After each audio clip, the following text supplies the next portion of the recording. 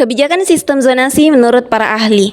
Yang pertama menurut Purwanti, kebijakan sistem zonasi merupakan sistem penerimaan peserta didik berdasarkan radius dan jarak. Yang kedua menurut Mahpudin, kebijakan sistem zonasi merupakan aturan terkait dengan penerimaan peserta didik pada jenjang sekolah dasar dan sekolah menengah atau yang biasa kita sebut dengan SD, SMP, dan SMA. Nah, pelaksanaan kebijakan sistem zonasi secara teknis dilakukan oleh pemerintah daerah atas pertimbangan musyawarah kerja kepala sekolah atau yang biasa disingkat dengan MKKS. Kemudian yang ketiga, menurut Nanggala, sekolah berkewajiban untuk menerima calon peserta didik baru berdasarkan domisili pada radius zona terdekat dari presentase yang telah ditentukan untuk penerimaan yang akan datang. Kemudian, menurut Muhajir Effendi, kebijakan penerimaan peserta didik baru pada sistem zonasi merupakan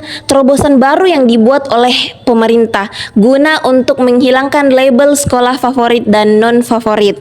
Nah, kebijakan sistem zonasi ini dilakukan atau diimplementasikan pada tahun 2018 pada masa pemerintahan Presiden Joko Widodo di bawah kekuasaan atau di bawah kendali daripada Kementerian Pendidikan dan Kebudayaan atau yang biasa kita kenal dengan Kemendikbud. Nah, kebijakan sistem zonasi ini bertujuan tiada lain agar setiap masyarakat mampu mendapatkan pendidikan yang lebih dekat daripada tempat tinggal yang dimiliki.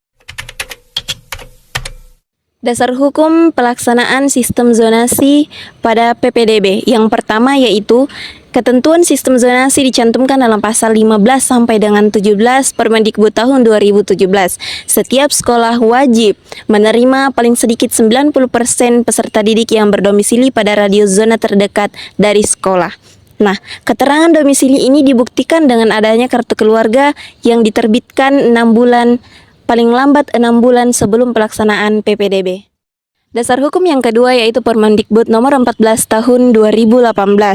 Nah, dalam peraturan ini dijelaskan bahwa sekolah wajib menerima paling sedikit 90% siswa yang berdomisili terdekat dari tempat tinggal. Dasar hukum yang ketiga yaitu Permendikbud nomor 51 tahun 2018 melanjutkan dan memperbarui ketentuan sebelumnya, menegaskan bahwa penetapan zonasi dilakukan oleh pemerintah daerah berdasarkan karakteristik wilayah dan kepadatan penduduk. Tujuan dan manfaat penerapan kebijakan sistem zonasi dalam manajemen peserta didik pada lembaga pendidikan Islam meliputi 1. Peningkatan akses pendidikan, 2. Pemerataan kesempatan, 3. Penguatan identitas lokal dan diharapkan dapat memberikan manfaat sebagai berikut. 1. Kualitas pendidikan yang merata, 2. Partisipan komunitas, 3. Efisiensi sumber daya, dan yang terakhir adalah pengembangan karakter.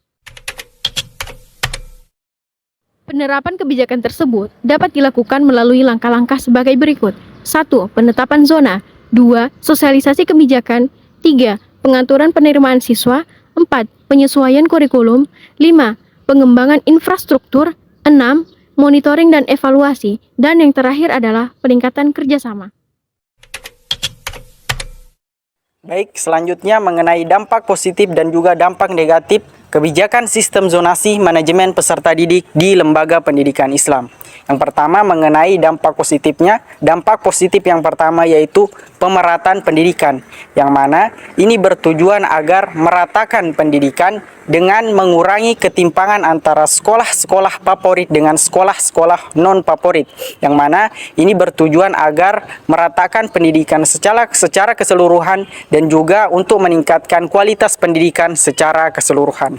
Selanjutnya dampak positif yang kedua yaitu akses yang lebih mudah, yang dimana ketika peserta didik tersebut mendaftar di suatu sekolah yang dekat tersebut itu dapat dengan lebih mudah, dan juga ketika peserta didik tersebut sekolah maka dia itu dapat mengurangi waktu tempuh dan juga biaya transportasinya, dan juga ini dapat memudahkan orang tua dalam mengawasi anaknya bersekolah. Dampak positif yang ketiga yaitu pengurangan diskriminasi, yang mana ini bertujuan agar ketika peserta didik tersebut mendaftar di suatu sekolah yang dekat tersebut itu diminimalkan, sehingga pada saat penerimaan peserta didik tersebut itu dimudahkan tanpa harus melihat prestasi sebelumnya.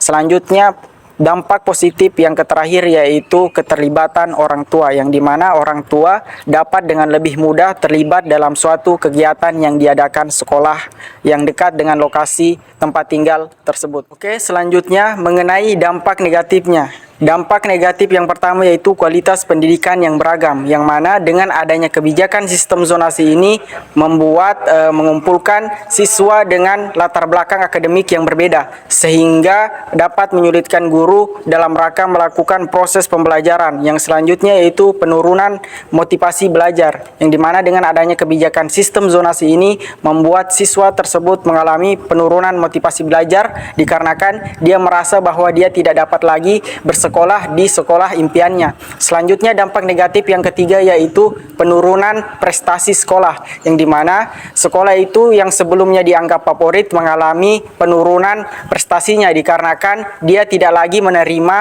siswa di luar zonanya. Saya akan menjelaskan dampak secara keseluruhan sistem zonasi di lembaga pendidikan Islam. Sistem zonasi lembaga pendidikan Islam bertujuan untuk meratakan akses pendidikan dengan menempatkan siswa di sekolah terdekat berdasarkan wilayah tempat tinggal mereka. Dampak positifnya meliputi pemerataan kesempatan pendidikan dari berbagai latar belakang sosial dan ekonomi.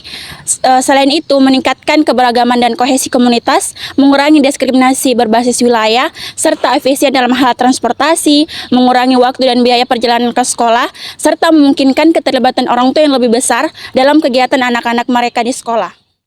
Sistem zonasi ini juga menghadirkan beberapa tantangan. Salah satu dampak negatif utamanya yaitu ketimpangan kualitas pendidikan, di mana di sekolah di daerah yang kurang berkembang, mungkin saja kekurangan fasilitas dan tenaga pengajar yang kurang memadai dibandingkan dengan sekolah yang lebih berkembang. Sistem ini juga membatasi orang tua dan siswa untuk memilih sekolah yang sesuai dengan kebutuhan mereka dan preferensi mereka.